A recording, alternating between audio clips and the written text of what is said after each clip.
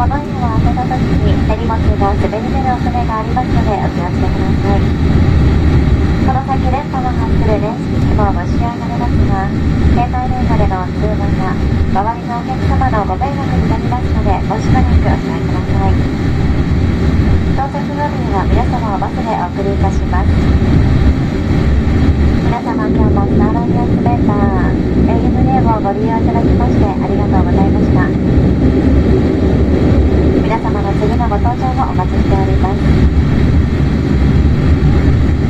連日機内では多くの忘れ物が見つかっております。お忘れ物をされますとお客様にお届けするので大変時間を要します。